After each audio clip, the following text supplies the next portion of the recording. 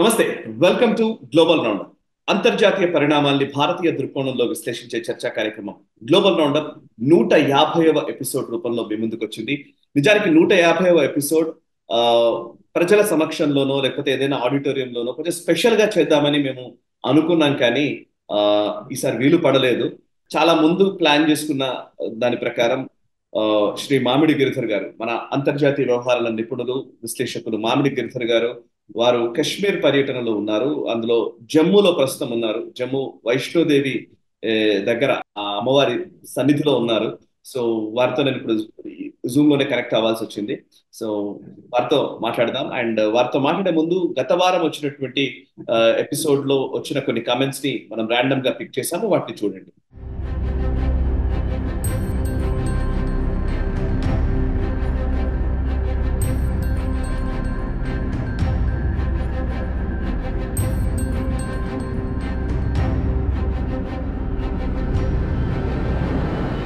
చూసారు కదా, ఈ వారం గ్లోబల్ రౌండప్ లోకి ఎంటర్ అయిపోదాము. కొంత వీక్ ఇంటర్నెట్ ఉంది, బట్ ఎస్, నేను మిస్ అవ్వకుండా ఈ ప్రోగ్రామ్ అందించాలనే ఉద్దేశంతో మేము చేస్తున్నాము. ప్లీజ్ అండర్స్టాండ్, మధ్య మధ్యలో ఏమైనా చిన్న ఇబ్బందులు వస్తే మాత్రం. ప్రస్తుతం అంతా ఉన్నారు గిరిధర్ గారు. గిరిధర్ గారితో మాట్లాడదాం. నమస్కారం సార్.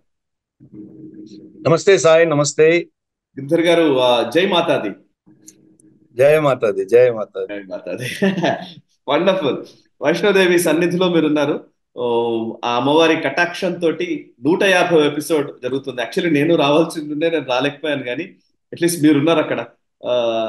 సో 150 ఎపిసోడ్ మీరు అక్కడ ఉన్నప్పుడు చేయడం నాకు చాలా ఆనందంగా ఉంది. Really first thank you.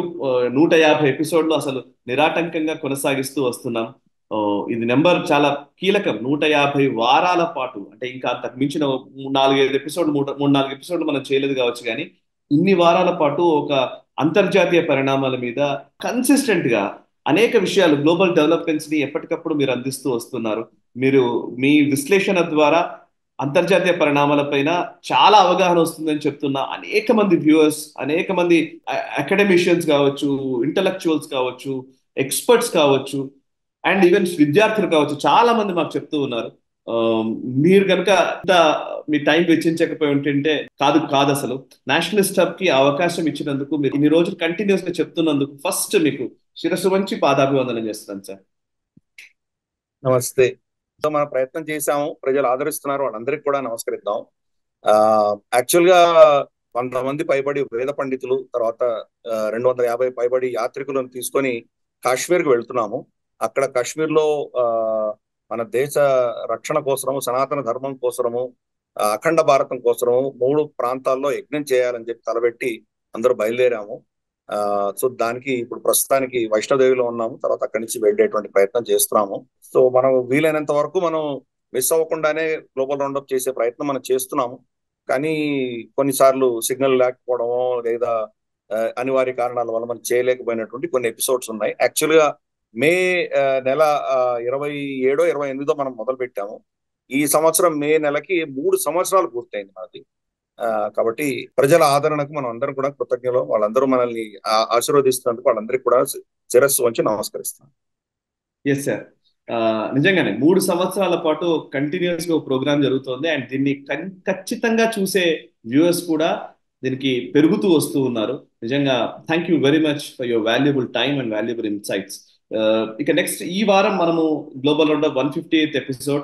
నిజానికి గ్లోబల్ డెవలప్మెంట్స్ కంటే కూడా భారతదేశంలో సార్వత్రిక ఎన్నికలు జరిగాయి, ఫలితాలు వచ్చాయి. భారతీయ జనతా పార్టీ అనుకున్న విధంగా పూర్తి మెజారిటీని సాధించకపోవచ్చు స్వంతగా, బట్ ఎన్డీఏ ప్రభుత్వం అయితే ఏర్పడుతోంది. అండ్ మోదీ గారే మళ్ళీ ప్రధానమంత్రిగా బాధ్యతలు నిర్వర్తించబోతున్నారు. అండ్ ఇక్కడ Telugu Desam party and JDU support కూడా చాలా స్పష్టంగా సపోర్ట్ చేస్తూ ఉన్నారు. అయితే ఈ టైంలో మనం కొంచెం గ్లోబల్ డెవలప్మెంట్స్ కొంచెం పక్కన పెట్టి భారతదేశ దృక్కోణంలో మనం ఈ అంతర్జాతీయ పరిణామాలు విశ్లేషిస్తాం కాబట్టి, సో భారతీయ దృక్కోణంలోనే మన గ్రోత్ ఫ్యాక్టర్స్ కి అంతర్జాతీయ పరిణామాలు దోహదం చేస్తాయి. డెఫినెట్లీ అక్కడున్న పరిస్థితుల మీద ఇంపాక్ట్ మన పైన కూడా ఉంటుంది. అయితే డిసైసివ్ ప్రభుత్వాలు ఉన్నప్పుడు ఒకలాగా ఉంటుంది, మైనారిటీలో ఉన్న ప్రభుత్వం ఉన్నప్పుడు ఒకలా ఉంటుంది అని అంటూ ఉంటారు. నిజానికి ఒక్కసారి మీరు ఈ జంక్చర్ లో, అంటే ఈ ఎలక్షన్ రిజల్ట్స్ వచ్చిన తర్వాత చేస్తున్నటువంటి ఎపిసోడ్ లో భారతదేశానికి సంబంధించి భారతదేశంలో ప్రభుత్వ మార్పు కోసమని అంతర్జాతీయ కుట్రలు, విదేశీ సంస్థల కుతంత్రాలు అనేకం ఉన్నాయి అని మీరు అనేక సార్లు చెప్పారు. ఈవెన్ గ్లోబల్ ఉన్నప్పుడు కూడా మనం మాట్లాడుతూనే వస్తున్నాం. సో ఫస్ట్ ఈ ఎలక్షన్స్ ని ఇంపాక్ట్ చేసినటువంటి విదేశీ కుట్రల గురించి ఒకసారి ఫస్ట్ వివరిస్తారా? మనకు సోషల్ మీడియాని వాళ్ళు చాలా విస్తృతంగా వాడుకుని దాంట్లో ఒక ఫేక్ నెరేటివ్ ని స్ప్రెడ్ చేసేటువంటి ప్రయత్నం వాళ్ళు చేశారు. చాలా మేరకు వాళ్ళు సక్సెస్ అయ్యారని మనం యాక్సెప్ట్ చేయాలి. ఎందుకంటే మన దేశంలో మన సమాజంలో ఉన్నటువంటి ఫాల్ట్ లైన్స్ ఏవైతే ఉంటాయో, మనలో ఉన్నటువంటి చిన్న చిన్న తేడాలు ఏవైతే ఉంటాయో, దానికి విభేదాలు అన్నాను నేను, తేడాలు ఏవైతే ఉంటాయో వాటిని విభేదాలుగా చూపించేటువంటి ప్రక్రియ వాళ్ళు చాలా బలంగా చేశారు. వాళ్ళు దాని యొక్క గుణం ఈరోజు మనం చూస్తున్నాం. మనకున్న ఫాల్ట్ లైన్స్ మనకు తెలుసు. మతపరమైన విషయాలు కావచ్చు, లేదా మనకు కులపరమైనటువంటి విషయాలు కావచ్చు, వీటిని వాళ్ళు వాడుకున్నారు. దీనికి సంబంధించినటువంటి ఆలోచన దృక్పథం అంతా కూడాను విదేశాల్లో దాన్ని ప్లాన్ చేశారు. ప్లాన్ చేసి అపోజిషన్ పార్టీకి వాళ్ళు ఏ అంశంలో ఎలా తీసుకువెళ్ళాలి, ఫేక్ నెరేటివ్ ఎలా తయారు చేయాలి, దాన్ని ప్రజల్లోకి ఎలా తీసుకువెళ్ళాలి, భయాందోళనలు ఎలా గురి చేయాలి, ఇవంతా కూడా వాళ్ళు ఒక స్కెచ్ వేసి దాన్ని వాడుకున్నారు. మనకు చూస్తే కనుక ఏదో రాహుల్ గాంధీ మాట్లాడిన మాటలు మనకు చాలా హాస్యాస్పదంగా ఉండవచ్చు, కానీ అవన్నీ కూడాను ఒక విధమైనటువంటి పథకం ప్రకారం చేసినటువంటి కార్యక్రమాలు ఏవని అర్థం చేసుకోవాలి. మొత్తం ఇండియా అలయన్స్ లో అందరూ కూడాను రమారమి అదే పంథాలో వెళ్ళారు. అంటే వాళ్ళకి ఒక టూల్ కిట్ లాగా వాళ్ళకి ఇవ్వబడింది, దాని ప్రకారం వీళ్ళు వెళ్ళారు. అంతేకాదు ఇక్కడ దాన్ని చాలా విస్తృతంగా తీసుకువెళ్ళడానికి మనకు ఓపెన్ అయ్యే ఏదో చాట్ జీపీటీ మనకు ఏదైతే ఉన్నదో, ఆర్టిఫిషియల్ ఇంటెలిజెన్స్ టూల్ ఏదైతే ఉన్నదో, దాన్ని తయారు చేసిన నిర్మాతలు ఎవరైతే ఉన్నారో ఓపెన్ ఏఐ, వాళ్ళు స్పష్టంగా చెప్పారు ఇజ్రాయెల్లో ఒక సంస్థకు భారతదేశంలో బీజేపీకి వ్యతిరేకంగా కాంగ్రెస్ ని సమర్థిస్తూ కొన్ని ఇటువంటి ఫేక్ నెరేటివ్ రన్ చేయడానికి ఎవరో వాళ్ళకి ఫండింగ్ ఇచ్చారు, దాని ఆధారంగా వీళ్ళు చేశారని మనకు ఆ ఇన్ఫర్మేషన్ కూడా వచ్చింది. అది మనం గత గ్లోబల్ రౌండప్ లో మనం దాని గురించి డిస్కస్ కూడా చేశాం మనం. సో ఇటువంటివన్నీ కూడా వాళ్ళు వాడారు.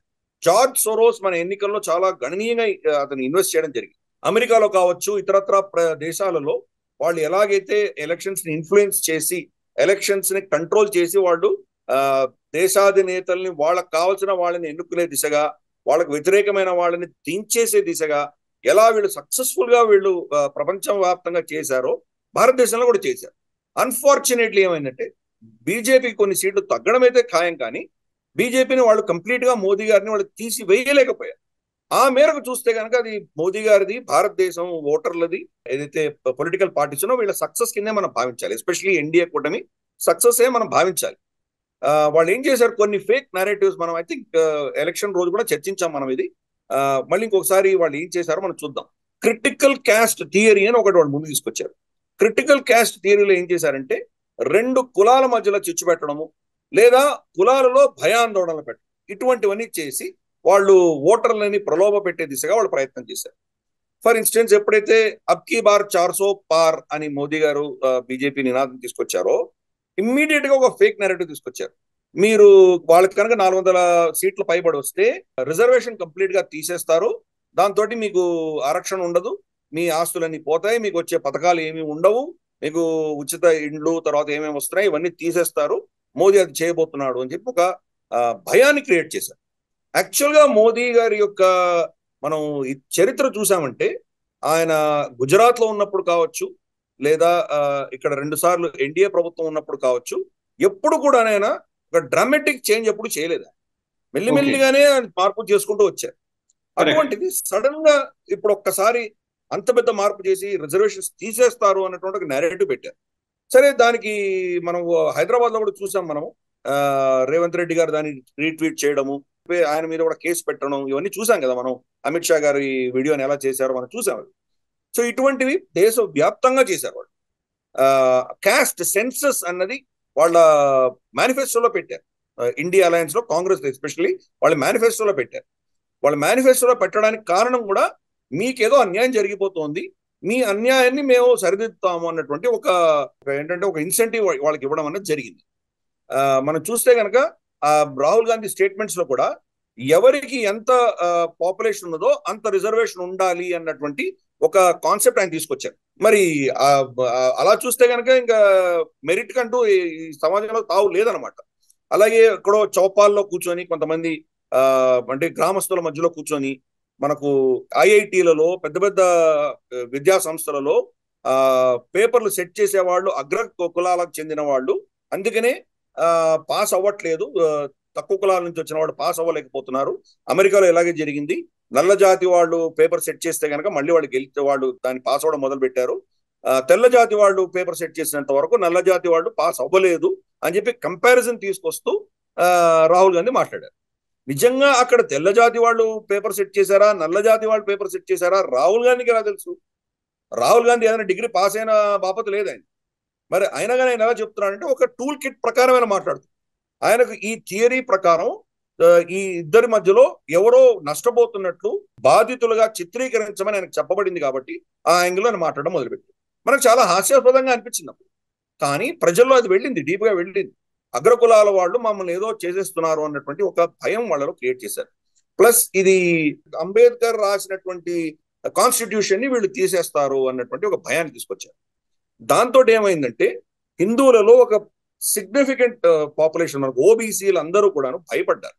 మాకు వచ్చేటువంటి ఆరక్షణలు పోతాయి, మాకు ఉన్నటువంటి వెసులుబాటు అని పోతాయి అన్నటువంటి భయంతో వాళ్ళు వెళ్ళి మోదీకి వ్యతిరేకంగా ఓటు వేశారు.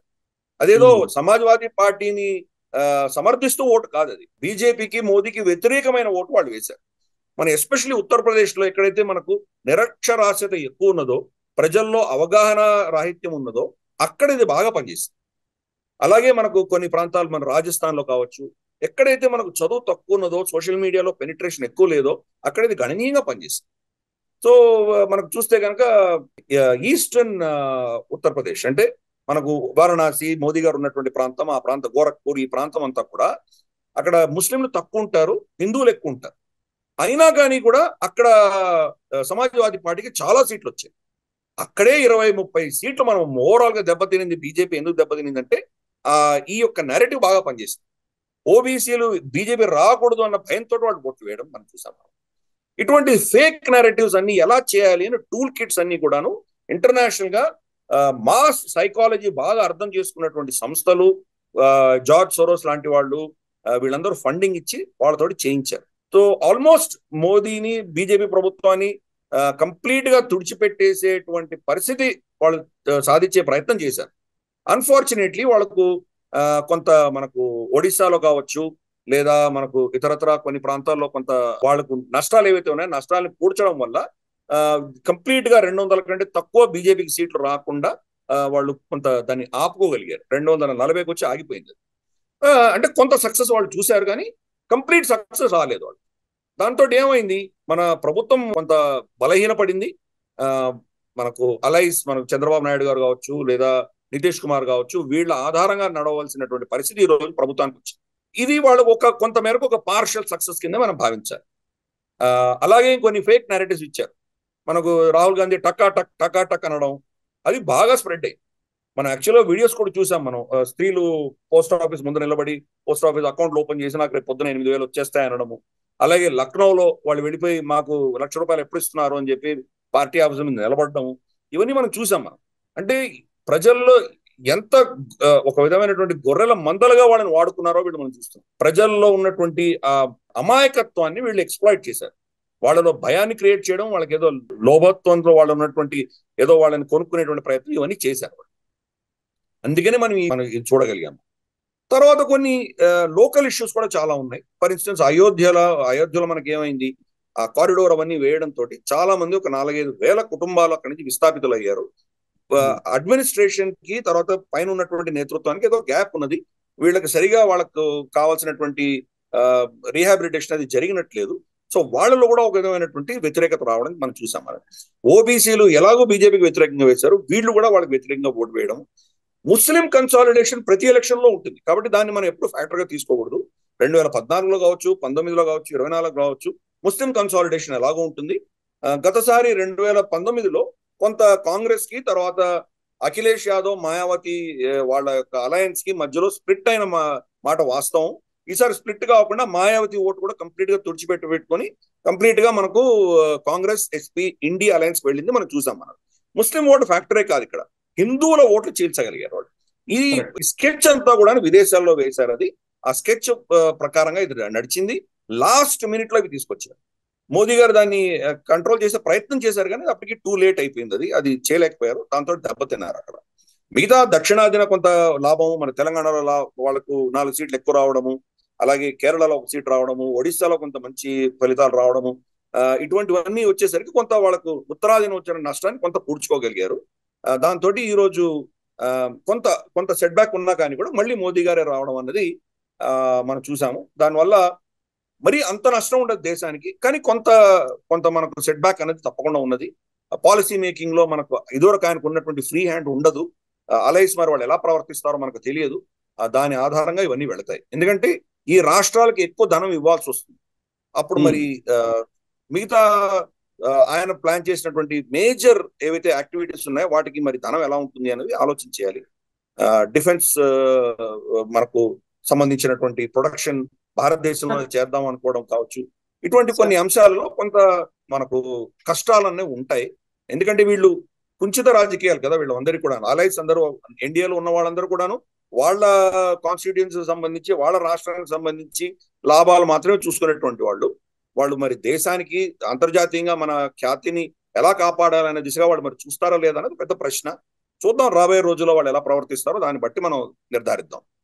కాదు అంటే ఇప్పుడు మీరు ఇందాక అన్న దాంట్లో విదేశీ కుట్రలు స్పష్టంగా కనబడుతున్నాయి సార్, దాంట్లో సందేహం అక్కర్లేదు.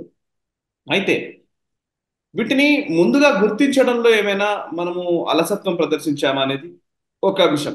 రెండో అంశం ఏంటంటే మనం డిస్కస్ చేసాం యాక్చువల్లీ ఎగ్జిట్ పోల్స్ టైంలో కూడా మీరు చాలా స్పష్టంగా చెప్పారు.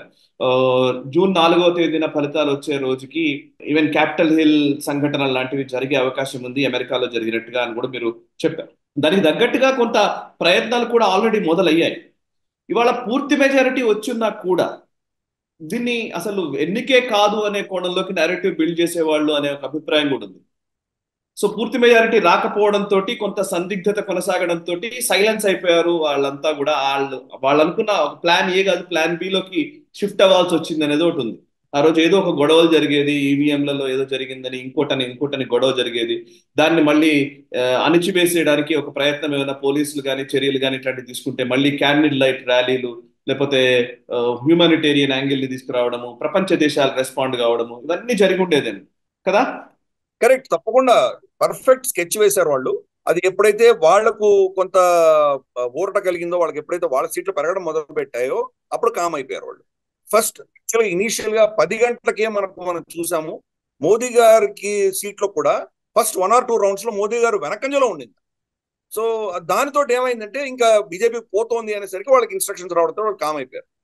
అందుకని ఇప్పుడు మేజర్గా ఏంటంటే ఈవీఎం మీద చర్చ జరగట్లేదు. ఒకవేళ బీజేపీ గెలిచుంటే ఈవీఎం ని ఎలక్షన్ కమిషన్ ని దుమ్మెత్తి పోసుండేవాళ్ళు.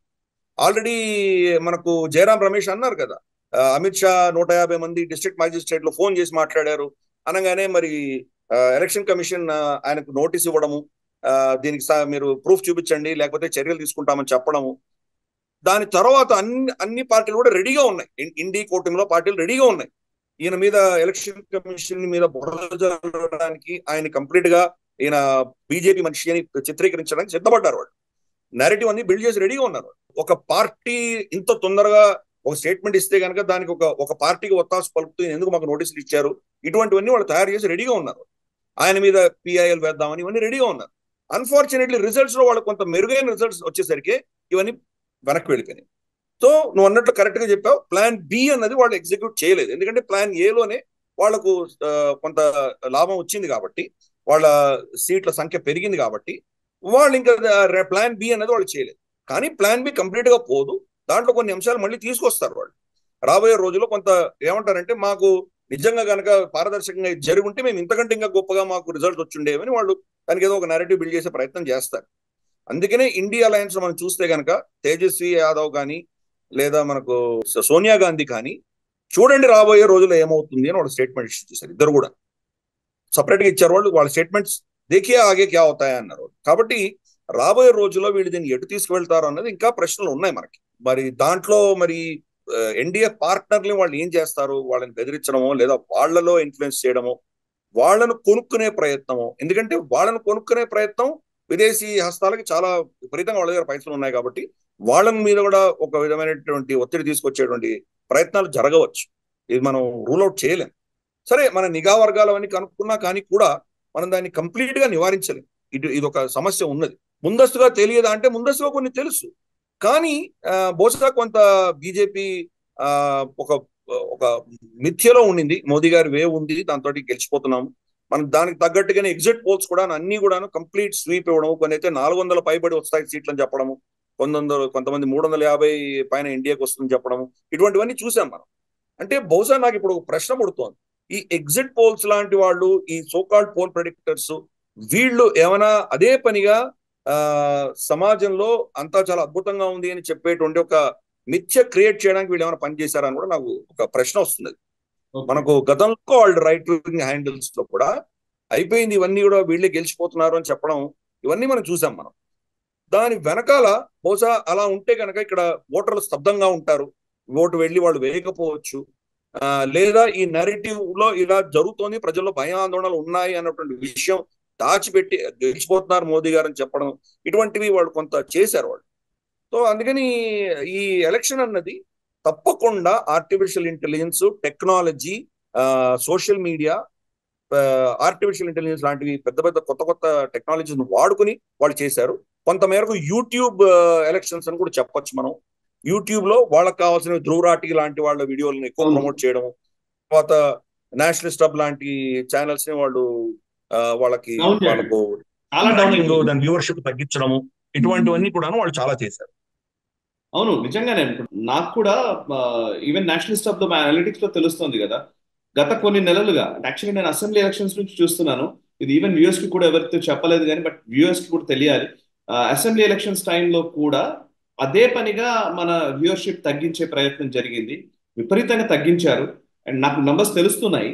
అండ్ రికమెండెడ్ వీడియోస్ లోకి నేషనల్ స్టాప్ వీడియోస్ వెళ్ళట్లేదు, చాలా మందికి నోటిఫికేషన్స్ రాని పరిస్థితి. సజెస్టెడ్ వీడియోస్ లో కూడా నేషనల్ స్టాప్ వీడియోస్ ని యూట్యూబ్ ప్రమోట్ చేయట్లేదు. అక్కడికి వస్తున్న వ్యూస్ అంతా కూడా ఆర్గనైజ్డ్ గా బ్రౌజింగ్ ద్వారా వచ్చి వ్యూవర్స్ చూస్తున్న వీడియోస్, వాళ్ళే బ్రౌజ్ చేసి చూస్తున్న videos. But as per YouTube algorithm ప్రకారంగా అయితే వాటిని చాలా వరకు మన వీడియోస్ ని కట్ చేసే ప్రయత్నం చేశారు. అండ్ ఇంకొక పాయింట్ ఉంది సార్ ఇక్కడ, మీరు ఇందాక చెప్తున్న దాంట్లో కోalition గవర్నమెంట్స్ అనేవి. సో ఇప్పుడు మనము కుట్రల గురించి మనం మాట్లాడాము, కుట్రలు జరుగుతూనే ఉన్నాయి ప్రపంచవ్యాప్తంగా. ఈ ఆయా దేశాల్లో పట్టు సాధించడం కోసం రెజీమ్ చేంజ్ అనేది వాళ్ళు అదే పనిగా ఒక ప్లాన్డ్ గా పనిచేస్తూ ఉన్నమాట వాస్తవం. మన దేశంలో ఇప్పుడు నా పాయింట్ ఏంటంటే, కోalition ప్రభుత్వాలు వచ్చినప్పుడు మన ప్రయారిటీస్ చేంజ్ అవుతాయా అనేది ఒక క్వశ్చన్ ఉంది.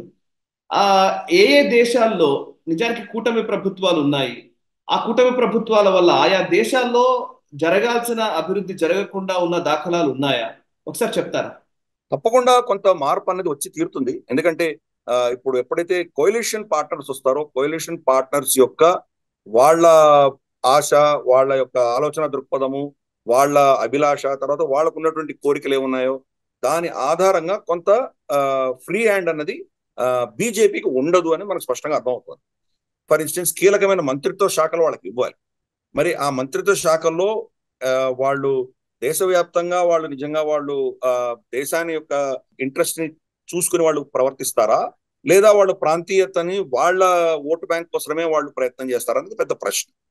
ఇవన్నీ కూడాను ప్రశ్నలు ఉన్నాయి. అందుకనే మనకు మార్కెట్ చాలా గణనీయంగా పడిపోయింది ఆ రోజు. దానికి కూడా కాంగ్రెస్ ఏమో ఏదో కుట్ర అంటూ వాళ్ళు ఏదో కేసు పెడతామని చెప్పి వాళ్ళు బెదిరిస్తున్నారు. తర్వాత మనకు ఇన్వెస్టర్లు కూడా 4 సార్లు ఆలోచన చేస్తారు. మోదీ గారి ప్రభుత్వం కంప్లీట్ గా శక్తి ఉంది అంటే కనుక ఇన్వెస్ట్మెంట్ చేసేటువంటి పద్ధతి వేరేగా ఉంటుంది. ఈయన ఒకరి మీద డిపెండ్ అయి ఉన్నారు అంటే కనుక మరి దాని యొక్క ఆలోచన దృక్పథం వేరేలాగా ఉంటుంది. కాబట్టి కొంత మనకు సెట్ బ్యాక్స్ అనేవి ఉండి తీరుతాయి. మన గ్రోత్ స్టోరీలో కొంత స్లో డౌన్ అనేది ఉంటుంది. పాలసీస్ లో కొన్ని ఫ్రీ హ్యాండ్ అనేది ఉండకపోవచ్చు. కొన్ని పాలసీలు మనకి నచ్చినా నచ్చకపోయినా చేయవలసినటువంటి ఆవశ్యకత ఉండవచ్చు. ఫర్ ఇన్స్టెన్స్ ఆల్రెడీ ఎన్నికల ముందరే టీడీపీ వచ్చేసి ముస్లిం రిజర్వేషన్లు ఇస్తాము అని చెప్పి వాళ్ళు చెప్పడం జరిగింది. దానికి పీయూష్ గోయల్ వచ్చేసి ముస్లింకి రిజర్వేషన్ ఇవ్వడానికి వీల్లేదు, బీజేపీకి స్పష్టమైనటువంటి వైఖరి ఉన్నది, మత ప్రాతిపదికన రిజర్వేషన్స్ మేము ఒప్పుకోము, ఇది మన రాజ్యాంగంలో లేదు అంటూ ఆయన చెప్పడం జరిగింది. ఈ ఎన్నికలు అయిన తర్వాత టీడీపీ యొక్క నేతలు దాన్ని ట్వీట్ చేశారు, ఇంక్లూడింగ్ నారా లోకేష్ కూడా ట్వీట్ చేయడం చూసాం మనం. ఇది సామాజిక న్యాయము, దానికి ఆ దృష్టిలో మేము పనిచేస్తామని చెప్పడం జరిగింది. సో అటువంటిప్పుడు ఏమవుతుందంటే కొంత పార్టీకి వీళ్ళు ఉన్నటువంటి అజెండా ఏదైతే ఉందో కొంచెం పలచబడేటువంటి అవకాశాలు ఉన్నాయి. దాన్ని ఆధారంగా ఇన్వెస్టర్లు కూడా అలాగే ఆలోచన చేస్తారు. వాళ్ళు ఇక్కడ పెట్టుబడి పెడితే మనకి ఏమైనా ఇబ్బందులు వస్తాయా అన్నటువంటి ఆలోచన వాళ్ళకు కూడా వస్తుంది. కాబట్టి అంత ఈజీ సిచ్యువేషన్ అయితే మనకు కాదు. మొత్తం ఫుల్ మెజారిటీ ఉన్న ప్రభుత్వంలో ఉన్నటువంటి కాన్ఫిడెన్స్ ఇప్పుడు కొంత తగ్గడం అన్నది ఖాయం, అది తప్పకుండా ఉంటుంది. కాకపోతే కంటిన్యూటీ అన్నది మోదీ గారు వచ్చారు కాబట్టి 100% కంటిన్యూటీ లేకపోయినా కనీసం ఒక 75-80% కంటిన్యూటీ ఉంటుంది అన్నటువంటి భావంతో మరి అంతటి పరిస్థితులు రాదు మనకు. కొంత మనం ఏంటంటే దాన్ని మేనేజ్ చేసుకోగలిగినటువంటి పరిస్థితి. బహుశా చంద్రబాబు నాయుడు గారు మరి అంతటి మనిషి ఏం కాదు. ఆయన జాతీయవాదానికి సంబంధించినటువంటి ఇష్యూస్ ఏమైనా ఉంటే కంప్లీట్ గా తిరస్కరిస్తారని నేను అనుకోను. ఆయన రాజకీయాలు ఆయనకు ఉన్నాయి, ముస్లిం అపీజ్మెంట్, మైనారిటీ అపీజ్మెంట్ లాంటివి ఆయనకు ఉన్నాయి. ఆ విషయాల్లో ఆయన కోఆపరేట్ చేయకపోవచ్చు. కానీ కొన్ని విషయాలు, ఫర్ ఇన్స్టెన్స్ డిఫెన్స్ ప్రొక్యూర్మెంట్ కావచ్చు, లేదా పాకిస్తాన్ వ్యతిరేకంగా మనం తీసుకున్న నిర్ణయాలు కావచ్చు, లేదా మనం చైనాని కౌంటర్ చేసేటువంటి పరిస్థితులు కావచ్చు, వీటిల్లో ఆయన కోఆపరేట్ చేస్తారని నేను అనుకుంటున్నాను. నేను చూద్దాం రాబోయే రోజుల్లో. మరి ఆ దేశాలు ఏదో ఊరుకోవు కదా. ఎన్డీఏ కూటమిలో ఉన్న వాళ్ళు కావచ్చు, ఇండి కూటమిలో ఉన్న వాళ్ళు కావచ్చు, వాళ్ళని ఇన్ఫ్లుయెన్స్ చేసే దిశగా వాళ్ళు ఎటువంటి పన్నాగాలు పన్నుతారో మనం చూడాలి. కాబట్టి ఇది డెఫినెట్ గా అందరికీ తెలిసిన విషయమే. ఇది ఒక కంఫర్టబుల్ సిచ్యుయేషన్ అయితే మాత్రం కాదు ఇది. ఓకే. అండ్ ఇప్పటికే స్టాక్ మార్కెట్స్ గురించి ఒక కొత్త ఆరోపణను రాహుల్ గాంధీ తెరపైకి తీసుకొచ్చారు.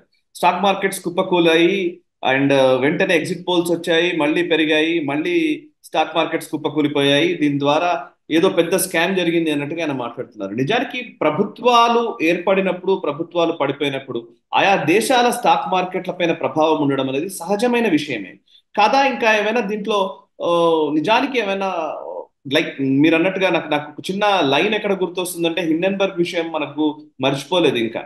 హిండెన్బర్గ్ అప్పుడు కూడా అదానీ స్టాక్స్ ని అదే పనిగా పడదోయడము అండ్ దాని నుంచి లబ్ధి పొందడము, అవే పైసలు మళ్ళీ భారతదేశానికి ఎలక్షన్స్ కి ఖర్చు చేయడానికి ఒక కుట్ర జరిగినట్టుగా మనకు అనేక ఉదంతాలు కనబడుతున్నాయి.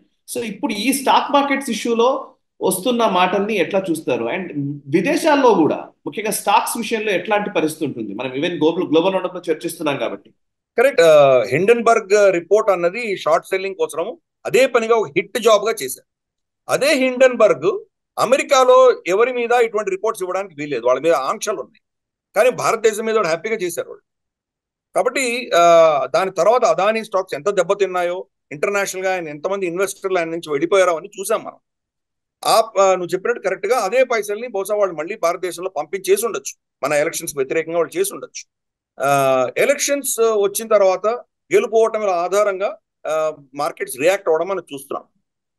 ఎకానమీలో ఏం మార్పు లేదు, మన ఫ్యాక్టరీల్లో అవే ప్రొడ్యూస్ అవుతున్నాయి, అన్ని టూత్ పేస్ట్లే ప్రొడ్యూస్ అవుతున్నాయి, అన్ని కార్లే ప్రొడ్యూస్ అవుతున్నాయి, అన్ని వాషింగ్ మెషిన్లు, అన్ని గ్రైండర్లు, ఏం మార్పు లేదు కదా.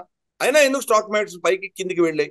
ఇవంతా కూడా ఏంటంటే ఇక్కడ ఒక విధమైన స్పెక్యులేటివ్ మార్కెట్ ఒకటి ఉంటుంది.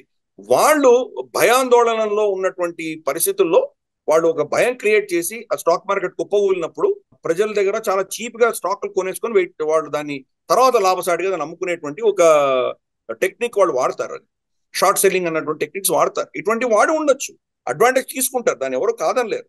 అది ఒక స్కామ్ అని ఎవరు చెప్పలేరు. కానీ ఇది మార్కెట్ లో జరిగేటువంటి నార్మల్ ప్రాసెస్. ఇది దాన్ని బుల్స్ అండ్ బేర్స్ అంటారు. కొంతమంది దాన్ని కిందికి దించేటువంటి ప్రయత్నం చేస్తారు.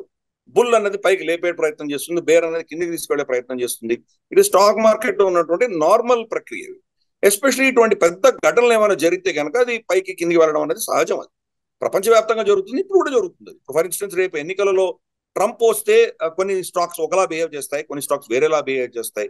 ఈయన వస్తే కనుక బహుశా సోషల్ మీడియా మీద ఏమైనా రెస్ట్రిక్షన్స్ తెస్తారు, ఆయన వాళ్ళ మీద చట్టరీత్యా చర్యలు చేస్తారు అని చెప్పేసి ఏమైనా భయం ఉంటే కనుక టెక్నాలజీ స్టాక్స్ పడిపోవచ్చు.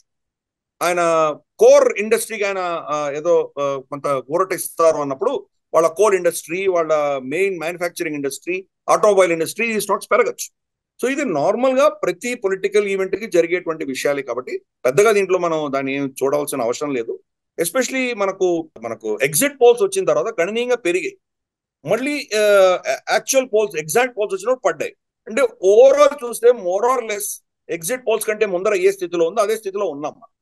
ఎదుగుదల కానీ తక్కువ కానీ పెద్ద మార్పు లేదు, అదే స్టేటస్ లో ఉంది మోర్ ఆర్ లెస్. కొద్దిగా చిన్న చిన్న మార్పులు అన్నీ ఉంటాయి. అంతర్జాతీయంగా పరిస్థితులు అన్నా ఉన్నాయి. మనం చూస్తే కనుక చైనా క్షీణిస్తోంది. చైనా క్షీణించే కొద్దీ దాని ఇంపాక్ట్ ప్రపంచవ్యాప్తంగా కూడా ఉండబోతుంది. ప్రపంచంలో మనం కూడా భాగం కాబట్టి మన మీద కూడా ఇంపాక్ట్ ఉంటుంది, లేకుండా పోదు. ఫర్ ఇన్స్టెన్స్ ఇప్పుడు మనం హాంకాంగ్ ని కిందికి పంపించేసి మనం హాంకాంగ్ స్థానంలో మనం వచ్చాం ఈరోజు. మనం ఈరోజు 4వ పెద్ద స్టాక్ గా మనం స్టాక్ మార్కెట్ గా ఎదిగాం. మనం 5వ స్థానం నుంచి 4వ స్థానానికి వచ్చాం. అమెరికా, చైనా, జపాన్ తర్వాత మనమే నెక్స్ట్ 4వ స్థానంలో భారతదేశం వచ్చింది. హాంకాంగ్ క్షీణించింది, అంటే మనం కూడా పెరిగాం, కానీ హాంకాంగ్ కూడా క్షీణించింది. హాంకాంగ్ క్షీణించినప్పుడు చైనా ఇన్వెస్ట్మెంట్స్ కూడా తగ్గినప్పుడు ఏమవుతుందంటే దాంట్లో ట్రిలియన్స్ ఆఫ్ డాలర్స్ ఇన్వెస్ట్ చేసినటువంటి అమెరికన్ ఎవరైతే ఇన్వెస్టర్స్ ఉన్నారో వాళ్ళు వాళ్ళ నష్టాలు తగ్గించుకోవడానికి కోసం భారతదేశం లాంటి దేశాల నుంచి వాళ్ళు ఇక్కడి నుంచి విత్డ్రా చేస్తారు, పైసలు తీసేసుకుంటారు. వాళ్ళు స్పెక్యులేటివ్ మార్కెట్ లో తీసేసినప్పుడు ఏమవుతుందంటే మన స్టాక్స్ కూడా దెబ్బతినేటువంటి ప్రమాదం. అది మన ఎకానమీ యొక్క దాని మీద ఇచ్చేటువంటి జడ్జ్మెంట్ కాదు. అది మన ఎకానమీ సరిగా, మన ఆర్థిక వ్యవస్థ క్షీణించిందనో, మనం దెబ్బతిన్నామనో, మోదీ గారు రావడం వల్ల ఇవి క్షీణించాయనో కాదు. ప్రపంచవ్యాప్తంగా ఇటువంటి అస్థిర వాతావరణం ఉన్నప్పుడు దాని ప్రభావం మన మీద కూడా పడేటువంటి అవకాశం తప్పకుండా ఉంది. వీటిలన్నింటిలో కూడాను బంగారు ధరలు పెరుగుతాయి. ఎందుకంటే ఆటోమేటిక్ ఇవి ఒక బకెట్ లాంటివి అనమాట. మనకు చిన్నప్పుడు ఆడుకునేవాడు కదా చిన్నపిల్లలు, ఒక సైడ్ పైకి ఎక్కితే ఇంకొక కిందకుంటారు, ఇలా పొమ్మెల్ అంటారు కదా, తిరుగుతుంటారు కదా. అటువంటి స్టాక్ మార్కెట్లు పెరిగితే బంగారు ధర పడిపోతుంది. స్టాక్ మార్కెట్ పడిపోయిందంటే బంగారు ధర పెరుగుతుంది. అంటే ఆటోమేటిక్గా వీళ్ళు షిఫ్ట్ చేసుకుంటారు. బంగారం అన్నది ఒక సేఫ్ ఇన్వెస్ట్మెంట్ అని అక్కడికి వెళ్ళిపోతారు చాలా మంది. స్టాక్స్ లో మళ్ళీ 2 ఉన్నాయి. దాంట్లో డెరివేటివ్స్ అంటే ముందుగానే ఆలోచన చేసే కొన్ని స్టాక్స్ ఉంటాయి. అలాగే మనకు కమోడిటీ మార్కెట్ ఉంటుంది, అంటే మనకు చమురు కానీ లేదా మనకు మెటల్స్ కానీ ఇవన్నీ కూడాను ఎలా ప్రవర్తిస్తాయి అన్న దాని ఆధారంగా కొన్ని స్టాక్స్ ఉంటాయి. మామూలు కంపెనీ స్టాక్స్ ఉంటాయి. ఇవన్నీ కూడా వీటిల్లో కూడా కొంత ఒకదానికి షిఫ్ట్ చేసేటువంటి అవకాశాలు ఉన్నాయి. సో మనకు ఈ పరిస్థితులలో బంగారు ధర చూస్తున్నాం మనం ఎలా పెరిగిపోతుంది, భయంకరంగా పెరిగిపోతుంది బంగారు ధర. ఎందుకంటే వీటి మీద వాళ్ళ కాన్ఫిడెన్స్ తగ్గుతుంది కాబట్టి ఇక్కడ ఇన్వెస్ట్మెంట్ పెరుగుతుంది. ఈ యొక్క మార్పులు ప్రపంచవ్యాప్తంగా జరుగుతున్నాయి. దాంట్లో భారతదేశం కూడా దాని యొక్క ప్రభావం మనం తప్పించుకోలేమన్నది మనం అర్థం చేసుకోవాలి.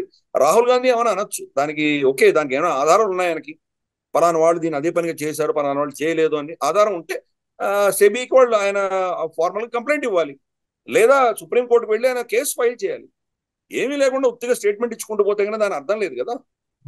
గతంలో మనం చూసాం రఫాయిల్ గురించి ఏం మాట్లాడారో, తర్వాత కోర్టులో వెళ్ళి క్షమాపణ చెప్పాల్సిన పరిస్థితి. ఊరికే స్టేట్మెంట్ ఇస్తే సరిపోదు కదా, దాని ఆధారాలు చూపించాలి, దాని వెనకాల ఏముంటుందో లాజిక్ అవన్నీ చెప్పగలగాలి. చెప్పడమే కాదు, దాని యాక్షన్ కూడా తీసుకోవాలి.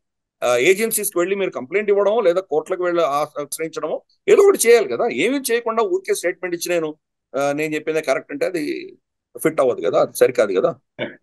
అండ్ ఇంకొకటి కోalition గవర్నమెంట్స్ అనేది, నిజానికి కూటమి ప్రభుత్వాలు ఉండడం అనేది ఒక రకంగా గ్రోత్ స్టోరీకి కొంత విఘాతం అని మీరు ఇందాక అంటున్నారు. కొంచెం స్లో డౌన్ అయ్యే అవకాశం ఉంటుంది అనేది మీరు చెప్తున్నారు. యాక్చువల్లీ ఇప్పుడు నేను కొన్ని అంశాలు చెప్తాను సార్. బేసికలీ ఇజ్రాయెల్ లాంటి దేశం అనుకోండి, ఇజ్రాయెల్లో ఏ రోజు కూడా నెతన్యాహు ప్రభుత్వానికి పూర్తి మెజారిటీ ఏం లేదు. అక్కడ కూడా ఏదో ఒక కూటమి మీద డిపెండెన్సీ ఉంటుంది. But Israel mind set is different. కొన్ని నిర్ణయాలు, కీలకమైన నిర్ణయాలు దేశానికి సంబంధించి వచ్చినప్పుడు అందరూ కలిసికట్టుగా ఉండి ప్రభుత్వానికి మద్దతు పలుకుతూ ఉంటారు. కోర్స్ ఇప్పుడు ఈ మధ్య కాలంలో అక్కడ కూడా కొంత డిక్లైన్ కనబడుతుంది అనుకోండి కొన్ని నిర్ణయాల విషయంలో వాటిల్లో. బట్ ఇప్పుడు కెనడాలో కూడా ప్రభుత్వము కూటమి ప్రభుత్వమే. అక్కడ జగ్మీత్ సింగ్ ఎన్డీపీ మీద ఆధారపడి ఉన్నది. జగ్మీత్ సింగ్ పార్టీ ఖలిస్తాన్కి సపోర్ట్ చేస్తుంది, జస్టిన్ ట్రూడో కూడా అదే వాదనను వినిపించాల్సిన పరిస్థితి వచ్చింది. సో బేసికలీ అంతర్జాతీయ పరిణామాలను ఇన్ఫ్లుయెన్స్ చేయగలిగే విధంగా లేదా అంతర్జాతీయ పరిణామాలను దృష్టిలో ఉంచుకొని దేశమంతా ఒకటి అనే భావనని కలిగి ఉండే విధంగా భారతదేశం బిహేవ్ చేయాల్సిన సందర్భం ఇది. సో దీంట్లో మీ అనాలిసిస్ ఏంటి? ఇందాక నువ్వు తీసుకున్న ఉదాహరణ తీసుకున్నావు, ఇజ్రాయెలే తీసుకున్నావు. ఇజ్రాయెల్లో మన రఫా మీద వీళ్ళు యాక్షన్ చేసినప్పుడు 50 పైబడి వాళ్ళు మన ఈజిప్ట్ లోకి వెళ్తున్నటువంటి సొరంగాలు వాళ్ళు కనుక్కున్నారు. మిగతావి ఇంకొక 20-30 సొరంగాలు వాళ్ళు ఆ ప్రాంతంలోనే తిరుగుతున్నవి కనుక్కున్నారు. మొత్తం 70 పైబడి వాళ్ళు సొరంగాలు కనుక్కున్నారు, టనల్స్ కనుక్కున్నారు. కనుక్కున్నప్పుడు ఆపోజిషన్ లీడర్ అంటే బెంజమిన్ నెతన్యాహు రాక ముందర ఉన్నటువంటి ప్రధాని నఫ్తాలి బెనెట్ ఆయన ట్వీట్ చేశారు. ఆయన ట్వీట్ చేసి ఏం చెప్పారంటే, చూడు వీళ్ళు చేస్తున్న తప్పిదం చూడు, మన ఈజిప్ట్ చేస్తున్న తప్పిదాలు చూడు, వెస్ట్రన్ దేశాలన్నీ మేమేదో తప్పు చేస్తున్నట్టు వీళ్ళు మమ్మల్ని ఎండగడుతున్నారు, కానీ అక్కడ చూడండి రఫాలో ఏం జరుగుతోందో, ఇన్ని సొరంగాలు ఉన్నాయి, దీంతో వాళ్ళు ఆ మందు సామాగ్రి ఇవన్నీ సప్లై చేయడము, అలాగే ఇక్కడి నుంచి ఈజిప్ట్కి కొంతమందిని తీసుకువెళ్ళడము, అక్కడి నుంచి ఇక్కడ తీసుకురావడం, ఇవన్నీ చేస్తున్నారు వాళ్ళు అని ఎవరు చేశారు? అపోజిషన్ పార్టీ లీడర్ ఆయన ట్వీట్ చేశాడు. ట్వీట్ చేసి ఈ హమాస్ ని మేము ఆమూలాగ్రంగా పెకలిస్తాము అని ఆయన స్టేట్మెంట్ ఇచ్చాడు. అంటే బెంజమిన్ నెతన్యాహు కంప్లీట్ గా అపోజ్ చేస్తున్నటువంటి వ్యక్తి. ఈ రోజు బెంజమిన్ నెతన్యాహు ప్రభుత్వం పడిపోతే బహుశా మళ్ళీ నఫ్తాలీ బెనెటే ప్రధాని అయ్యేటువంటి అవకాశాలు ఉన్నాయి. అటువంటి వ్యక్తి ట్వీట్ చేశారు. అంటే అపోజిషన్ పార్టీ కావచ్చు, రూలింగ్ పార్టీ కావచ్చు, వాళ్ళ జాతికి వాళ్ళ దేశానికి వచ్చినటువంటి భద్రతా విషయంలో వాళ్ళ కాంప్రమైజ్ అవ్వడం, వాళ్ళు కలిసి కట్టుగా పనిచేస్తున్నారు. ప్రభుత్వం మీద వ్యతిరేకత ఉన్నా, బెంజమిన్ నెతన్యాహు దిగిపోవాలి అని వాడు కోరుకుంటున్నా, అంతర్గతమైనటువంటి విభేదాలు ఎన్ని ఉన్నా కానీ దేశానికి వచ్చిన విపత్కరమైన పరిస్థితికి వచ్చేసరికి ఇద్దరు కలిసికట్టుగా ఒకటే మాట మాట. అది ఆ దేశంలో ఉన్నటువంటి గొప్పతనం. మన దేశంలో ఏమైంది? బాలాకోట్ల మనం దాడి చేస్తే దానికి ప్రూఫ్ చూపించమంటున్నారు, సడక్కా గుండా అంటున్నారు. మీరు నిజంగా ఏం చేస్తున్నారు? దీన్ని చేసిందంతా మరి ఏంటో మీరు మోదీ ప్రభుత్వం అంతా గుండాగర్దీ చేస్తోంది, దీన్ని ఎలక్షన్ కోసం వాడుకుంటున్నారు మీరు అని చెప్పి ఇటువంటి నెరేటివ్స్ బిల్డ్ చేస్తుంది. ఇది మనకు దౌర్భాగ్యమైన పరిస్థితి దేశంలో. అంటే మన దేశంలో రాజభక్తి ఎక్కువ ఉన్నది, దేశభక్తి తక్కువ ఉన్నది. మనం చాలా కాలంగా మనం చర్చించాలి. వాళ్ళ పార్టీ అధినేత ఏది మెచ్చుతాడు? మోదీని ఎంత తిడితే, ప్రభుత్వాన్ని ఎంత తిడితే అంత వాళ్ళు మెచ్చుకుంటారు అన్న దిశగా ఏదైనా మాట్లాడతారు. సో అది చాలా దారుణమైన పరిస్థితి మన దేశంలో. దేశానికి సంబంధించిన విషయాలు వచ్చేసరికి, మన అంతర్గతమైనటువంటి శత్రువులకు సంబంధించిన విషయాలకు వచ్చేసరికి, మీ కూటమిలో ఉన్న వాళ్ళే కాదు, మీ బయట మీకు వ్యతిరేకమైనటువంటి పార్టీలు కూడా అందరూ కలిసికట్టుగా ఒక దేశంగా మనం మాట్లాడాలి, ఒక పార్టీగా మాట్లాడకూడదు. అటువంటి నైజం రావాలి. అది మనకు అన్ఫార్చునేట్లీ మన దేశంలో లేదు. అది చూద్దాం మరి రాబోయే రోజుల్లో ఇది ఎలా పరిణామం చెందుతుందో మనం చూడాలి. ఆ ఛాలెంజెస్ మాత్రం మనకు ఉన్నాయి. ఫర్ ఇన్స్టెన్స్ ఎనీవే మన భారత ప్రభుత్వం స్టాండ్ కూడా మనం పాలస్తీనియన్ సపోర్ట్ చేస్తున్నాము. అక్కడ కామన్ సివిలియన్స్ యొక్క చావు తగ్గించాలి అని చెప్పేసి మనం కూడా వాళ్ళ మీద ఒత్తిడి తీసుకురావడం, వాళ్ళ మీద రెజల్యూషన్స్ కూడా మనం యునైటెడ్ నేషన్స్ లో ఆల్రెడీ దాన్ని మనం సమర్థిస్తూ చేశాం. కాబట్టి ఇప్పుడు నితీష్ కుమార్ కానీ లేదా చంద్రబాబు నాయుడు కానీ వీళ్ళు వాళ్ళ ఓటు బ్యాంక్, ముస్లిం ఓటు బ్యాంక్ వ్యతిరేకంగా ప్రభుత్వం గతంలో కూడా ఏం చేయలేదు. కాబట్టి బహుశా అక్కడ పెద్ద ప్రాబ్లం ఉండకపోవచ్చు అని నేను అనుకుంటున్నాను. ఒక్కటే నాకు ప్రశ్న ఎక్కడ ఉందంటే, చైనా బహుశా వీళ్ళకి ఏదైనా లాలూచి లోపం ఏదైనా కొంచెం చూపించి వీళ్ళకు ఇన్వెస్ట్మెంట్స్ తీసుకొస్తామని చెప్పి వీళ్ళని పాలసీలో ఏమైనా ఇన్వాల్వ్ కొంత చేంజెస్ తీసుకొచ్చే విధంగా వీళ్ళ మీద ఒత్తిడి తెస్తుంది అన్నది ఒక ప్రమాదం మాత్రం మనకు ఉన్నది. నేను పెట్టుబడులు తీసుకొచ్చాను అని చెప్పవలసిన ఆవశ్యకత ఈ రెండు రాష్ట్రాలకి ఉన్నది. అటువంటప్పుడు పెట్టుబడులు పెట్టినట్టే పెట్టి ఆ పెట్టుబడులు వస్తున్నందుకు బహుశా వీళ్ళని కొన్ని అంశాల్లో వ్యతిరేకంగా చేసేటువంటి ప్రమాదం లేకపోలేదు. ఇప్పుడు ఉందని నేను అనట్లేదు, వాళ్ళు చేస్తారని నేను అనట్లేదు, కానీ అది ఒక ప్రమాదం తప్పకుండా ఉంది. అది వచ్చినప్పుడు మరి భారత ప్రభుత్వం ఎలా హ్యాండిల్ చేస్తుందో మనం చూడాలి. ఈ యొక్క సంకీర్ణ ప్రభుత్వం అనేసరికి బహుశా ఇటువంటి కొన్ని ఛాలెంజెస్ ఉంటాయి, వాళ్ళందరినీ కూడా తీసుకువెళ్ళవలసిన ఆవశ్యకత ఉన్నది. గతంలో మనం చూసాం, మనము పివి నరసింహారావు గారు వాజ్పేయి గారిని యునైటెడ్ నేషన్స్ కి భారత రిప్రజెంటేటివ్ గా పంపించారు. మన అపోజిషన్ లీడర్ అయ్యింది కూడా ఆయన పంపించారు. ఇప్పుడు నేను అదే అడుగుదాం అనుకుంటున్నాను. ఇప్పుడు కరెక్ట్ గా నాకు 1991 ఎలక్షన్ గుర్తొస్తోంది. 1991 ఎలక్షన్స్ లో కూడా కాంగ్రెస్ ప్రభుత్వానికి, పివి నరసింహారావు గారి సారథ్యంలోని కాంగ్రెస్ ప్రభుత్వానికి 244 స్థానాలు వచ్చాయి. ఇప్పుడు ఎగ్జాక్ట్లీ మోదీ గారికి 240 సీట్లు ఉన్నాయి. సో ఆ రోజు పివి నరసింహారావు గారు ఉన్నప్పుడు ప్రధాన ప్రతిపక్షంలో ఉన్న వాజ్పేయి గారు అక్కడ ఉన్నారు. ఇక్కడేమో కొంచెం హోప్లెస్ సిచ్యువేషన్ కనబడుతోంది.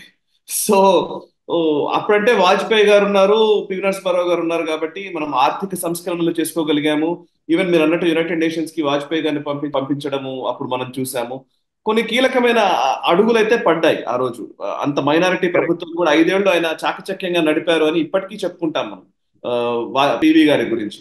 సో ఇప్పుడు మోదీ గారికి మరి వాజ్పేయి గారు లేరు ప్రతిపక్షంలో. అదే చూద్దాం ఇప్పుడు ఎలా జరుగుతుంది. ఎందుకంటే పివి నరసింహారావు గారి హయాంలో ఒక ఘటన జరిగింది, అది కూడా మనం ఇక్కడ ప్రస్తావించుకుందాం. అప్పుడు సోవియట్ యూనియన్ కొలాప్స్ అయిపోయింది. సోవియట్ యూనియన్ కొలాప్స్ అయ్యేసరికి రష్యాలో ఆర్థిక సంక్షోభం వచ్చింది.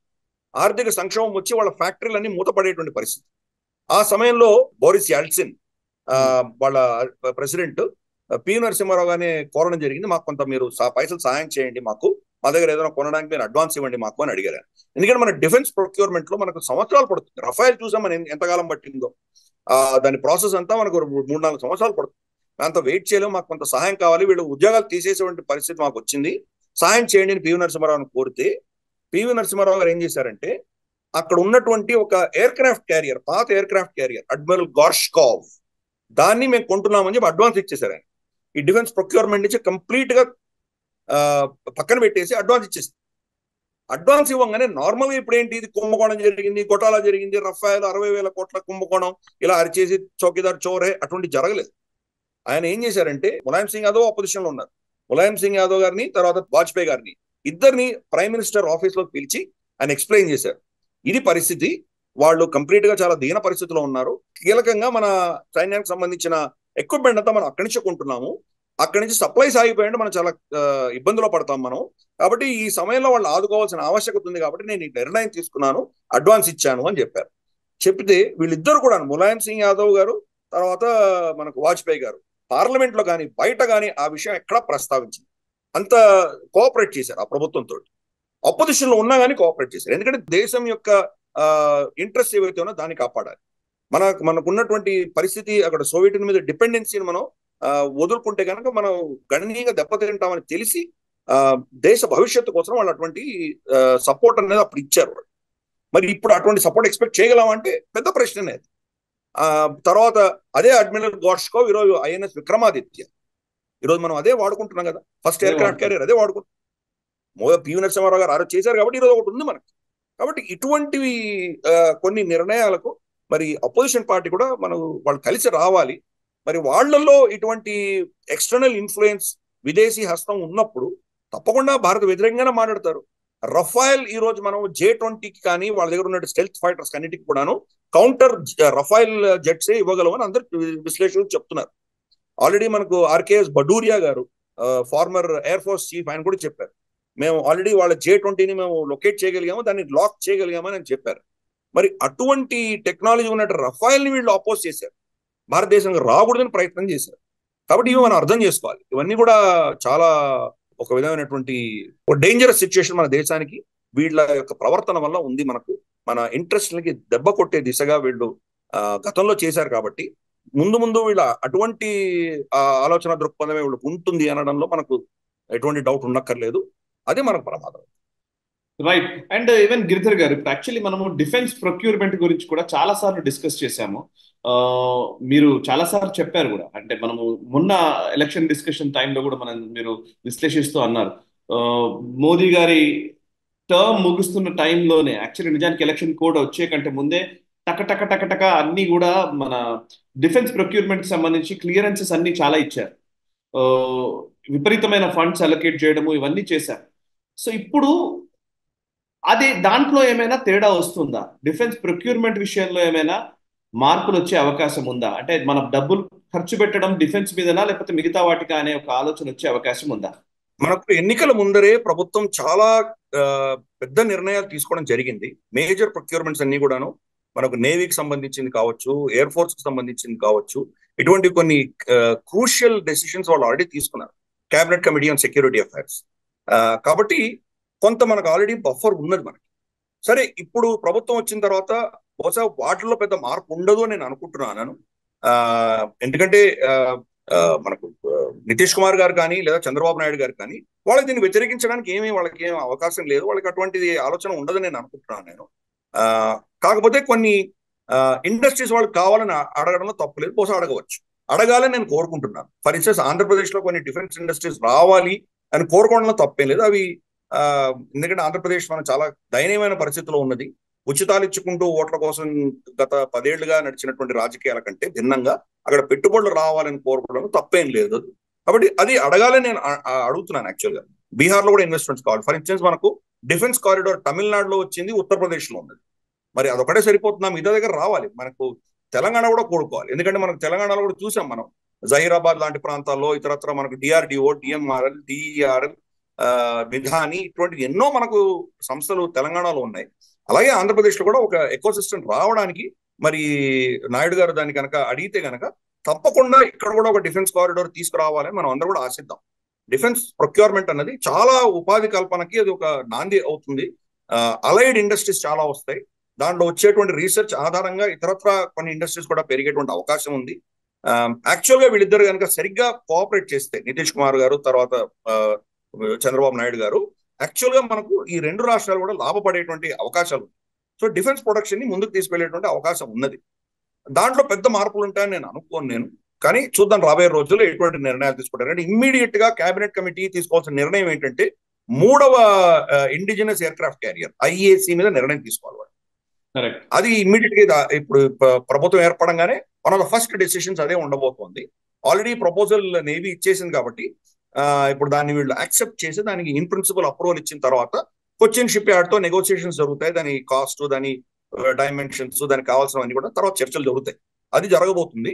అటువంటివి ఇంకొన్ని కూడా ఉన్నాయి మనకు. ఫర్ ఇన్స్టెన్స్ ఆల్రెడీ తేజస్ కు సంబంధించినటువంటి అప్రూవల్స్ అన్ని కూడా గత ప్రభుత్వమే ఇచ్చేసింది ఆల్రెడీ. ఈ ప్రభుత్వంలో ఇబ్బంది లేకుండా కొన్ని 50 పైబడి ఎయిర్ క్రాఫ్ట్స్ కావాలని చెప్పి ఆల్రెడీ చెప్పడం జరిగింది. కాబట్టి కొంత ప్రొక్యూర్మెంట్ ఆల్రెడీ అయిపోయింది కాబట్టి ఇమ్మీడియట్ గా మనకు ప్రమాదం లేదు. వచ్చే ఒక 5-6 నెలల వరకు ప్రమాదం లేదు.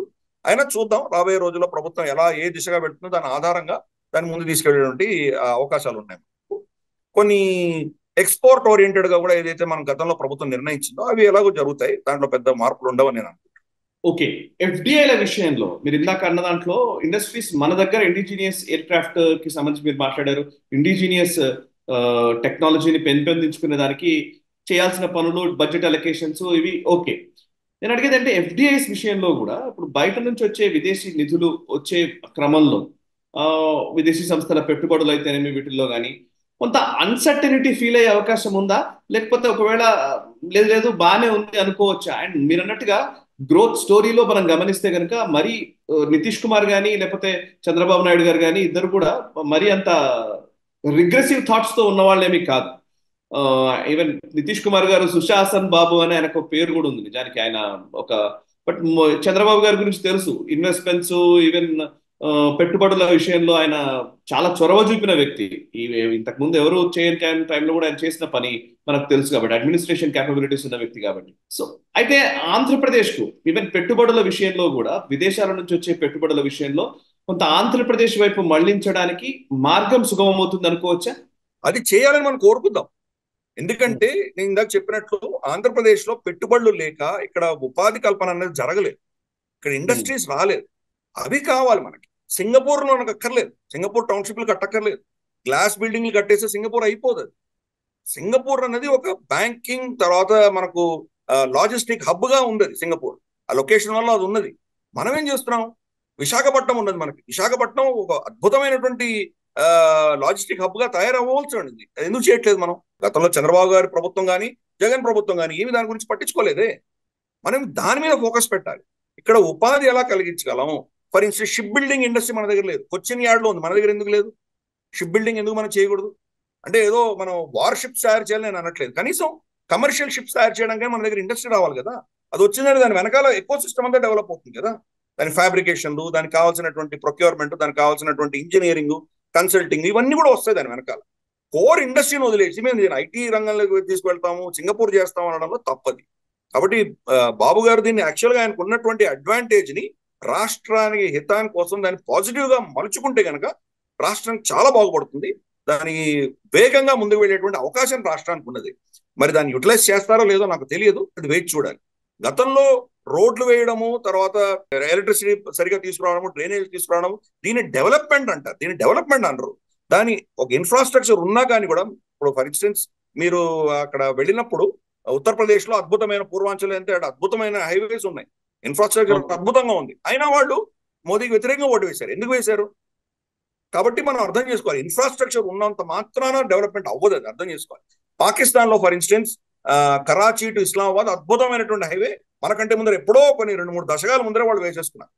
అయినా ఈరోజు ఆ పరిస్థితి, దేశ పరిస్థితి ఏంటో మనం చూస్తున్నాం. మనం ఒక్క ఇన్ఫ్రాస్ట్రక్చర్ వల్లనే అభివృద్ధి అవ్వదు. ఇన్ఫ్రాస్ట్రక్చర్ ఆధారంగా మీరు అక్కడ మీ కోర్ కాంపిటెన్స్ ఏది ఉందో ఆ ఇండస్ట్రీస్ డెవలప్ చేసుకోవాలి. ఇండస్ట్రియలైజ్ అవ్వాలి. మీ సమాజం ఇండస్ట్రియలైజ్ అవ్వాలి. దాని దిశగా ప్రయత్నాలు జరగాలి. ఇండస్ట్రియలైజేషన్ అంటే ఎక్కడో నేను పెద్ద కియా మోటార్స్ పెడతాను, పెద్ద మోటార్ వేయడం, మీరందరూ అక్కడ వచ్చి ఉద్యోగాలు చేయండి అన్నది కాదు. ప్రతి ప్రాంతంలో, ప్రతి డిస్ట్రిక్ట్ లో వాళ్ళకు ఉన్నటువంటి క్షమతను బట్టి వాళ్ళు చేయాలి. అగ్రికల్చరల్ ఇండస్ట్రియలైజేషన్ మనకు జరగలేదు. అగ్రికల్చర్ ఆధారంగా ఇండస్ట్రియలైజేషన్ జరగలేదు. అలాగే మనకు ఉన్నటువంటి కోస్ట్ లైన్ ఆధారంగా ఆంధ్రప్రదేశ్ లో జరగలేదు. విశాఖపట్నం ఉంది, కాకినాడని డెవలప్ చేయాలి, తర్వాత నెల్లూరుని డెవలప్ చేయాలి. నెల్లూరు మనకు చాలా దగ్గరగా ఉంది ఇక్కడ మనకు చెన్నైకి. కాబట్టి చెన్నై పోర్ట్ ఆల్రెడీ కంజెస్ట్ అయినప్పుడు ఇక్కడ నుంచి మనం ఆల్టర్నేట్ గా మనం ప్రొవైడ్ చేయగలిగారు. ఇటువంటివి ఎన్నో చేయవలసిన ఆవశ్యకత ఉంది. కాబట్టి మోదీ ప్రభుత్వంలో వీళ్ళు ఉన్నప్పుడు దాన్ని ఆ దిశగా వీళ్ళు తీసుకువెళ్తారని మనం అనుకుందాం. తమిళనాడులో ఏ ప్రభుత్వం వచ్చినా, ఏఐడిఎంకే ప్రభుత్వం వచ్చినా, డిఎంకే ప్రభుత్వం వచ్చినా జనరల్ గా వాళ్ళు ఏం చేసేవాళ్ళంటే జయలలిత గారు కానీ లేదా కరుణానిధి కానీ సెంట్రల్ లో ప్రభుత్వం ఎవరుంటే వాళ్ళతో వీళ్ళు పొత్తు పెట్టుకునేవాళ్ళు. కాబట్టి ప్రతి ప్రభుత్వం ఏ ప్రభుత్వం ఉన్నా వాళ్ళకి కావాల్సిన వాళ్ళు తెచ్చుకునేవాళ్ళు. అందుకనే ఈరోజు తమిళనాడు అంత ఇండస్ట్రియలైజ్ అయిపోయింది. మన మన రాష్ట్రం ఇండస్ట్రియల్ అవ్వకపోవడానికి కారణం ఇదే. తిరుపూర్, కోయంబత్తూర్, ఈరోడ్, సేలం ఆ ప్రాంతంలో మన దేశంలోనే మన దక్షిణాదిన మొత్తంలో మొట్టమొదటిసారి ఒక టెక్స్టైల్ ఇండస్ట్రీ $1 బిలియన్ ఎక్స్పోర్ట్ ఇండస్ట్రీగా ఎదిగింది అప్పట్లో, బిల్ క్లింటన్ ఆయన ప్రెసిడెంట్ గా ఉన్నప్పుడు. కాబట్టి అటువంటి చర్యలు మన పొలిటీషియన్స్ కూడా చేస్తే బాగుంటుంది. నితీష్ కుమార్ గారు కూడా, ఆయన బీహార్ ఎంత దరిద్రంలో ఉంది, అక్కడ కూడా డెవలప్మెంట్ రావాలి కదా. ఇన్ని సంవత్సరాలు ఆయన ఉన్న చీఫ్ మినిస్టర్ గా ఉన్నా అక్కడ ఉపాధి అవకాశాలు లేవు కదా. కాబట్టి ఆ దిశగా ఈ పొలిటీషియన్స్ పని చేస్తే బాగుంటుంది అని నా అభిప్రాయం. కానీ పెద్ద మేజర్ గా ఇన్వెస్ట్మెంట్స్ లో పెద్ద మార్పులు ఉండవని అనుకుంటున్నాను. ఎందుకంటే ఇంటర్నేషనల్ గా చూస్తే కానీ వాళ్ళకి ఎక్కడికి వెళ్తారు? చైనాకి వెళ్తే కనుక, చైనా ఈరోజు మనం గ్లోబల్ రౌండప్ లో ఐ థింక్ ఒక 4-5 నెలల క్రితం మనం దీని గురించి మాట్లాడుకున్నాం కూడా. వాళ్ళ ఎఫ్డిఐ నెగటివ్ ఎఫ్డిఐ ఉంది, అంటే ఆ దేశం నుంచి వెనక్కి వెళ్ళిపోతాం. కరోనా తర్వాత ఇప్పటిదాకా $3 ట్రిలియన్ ఎఫ్డిఐ వెళ్ళిపోయింది ఆ దేశం నుంచి, బయటికి వెళ్ళిపోయింది. అందుకనే హాంకాంగ్ స్టాక్ మార్కెట్ పడిపోయింది. ఇప్పటికి కూడా చైనా ప్రభుత్వం హాంకాంగ్ స్టాక్ ని వాళ్ళు పైసలు ఇచ్చి దాని స్టాక్స్ పడిపోకుండా ఆపుతున్నారు. అది కనుక సపోర్ట్ లేకుండా ఉంటే ఎప్పుడో కుప్పకూలు ఉండేది. కాబట్టి ఆ పైసలంతా ఎక్కడికి వెళ్తాయి? ఇన్వెస్ట్మెంట్, ఆల్టర్నేటివ్ ఇన్వెస్ట్మెంట్స్ చూసుకుంటారు. యూరోప్ చూస్తే యూరోప్ అతలాకుతలంగా ఉంది. మిడిల్ ఈస్ట్ చూస్తే వాళ్ళు గొడవల్లో ఉన్నారు. అమెరికాలో చూస్తే అక్కడ ఏంటో మన పరిస్థితి అగమ్య గోచరంగా ఉంది. కాబట్టి భారతదేశం అనేది వాళ్ళకి ఒక మంచి ఇన్వెస్ట్మెంట్ ఆపర్చునిటీగా ఉంది కాబట్టి గతంలో వచ్చారు. దాంట్లో పెద్ద మార్పులు లేవు. ఒక స్టేబుల్ గవర్నమెంట్ మళ్ళీ మోదీ గారే ప్రభుత్వంలో ఉన్నారు కాబట్టి పెద్దగా వాళ్ళకు దాని పెద్ద నష్టపోతాం అన్నటువంటి భయం లేదు. కాబట్టి ఇన్వెస్ట్మెంట్స్ లో పెద్దగా మనకు లేదని మనం అనుకుందాం. రైట్ సార్, ఇక థ్యాంక్ యూ వెరీ మచ్ మామిడి గిరిధర్ గారు. చాలా విషయాలు మీరు ఓపికగా వివరించారు. అండ్ యాక్చువల్లీ జమ్మూలో ఉన్నప్పటికీ కొంత ఇంటర్నెట్ డిస్టర్బెన్స్ ఉన్నప్పటికీ కూడా మీరు వివరించారు. Thank you very much sir. So చూసారు కదా, ఇది ఈ వారం గ్లోబల్ రౌండప్. వచ్చే వారం గ్లోబల్ రౌండప్ మళ్ళీ కలుద్దాం. అంతర్జాతీయ పరిణామాల్ని భారతీయ దృక్కోణంలో విశ్లేషించే చర్చా కార్యక్రమం గ్లోబల్ రౌండప్ మీకు నచ్చినట్లయితే వెంటనే లైక్ చేయండి, 10 మందికి షేర్ చేయండి. మీ కమెంట్స్ ద్వారా మీ అభిప్రాయాలు మాతో పంచుకోండి. మనసా వాచా కర్మణ దేశహితం కోసం పరితపించే National Star Group of Channels ని సబ్స్క్రైబ్ చేసుకుని జాతీయవాద జర్నలిజాన్ని ప్రోత్సహించండి. Thank you very much. ఈ వీడియో మీకు నచ్చినట్టయితే లైక్ చేయండి, 10 మందికి షేర్ చేయండి. అలాగే కామెంట్ల రూపంలో మీ అభిప్రాయాలను మాతో పంచుకోండి. Nationalist hub group of channels ను సబ్స్క్రైబ్ చేసుకుని తెలుగునాట జాతీయవాద జర్నలిజాన్ని ప్రోత్సహించండి. ఈ వీడియో కింద ఉన్న బెల్ ఐకాన్ పై క్లిక్ చేయడం మర్చిపోవద్దు.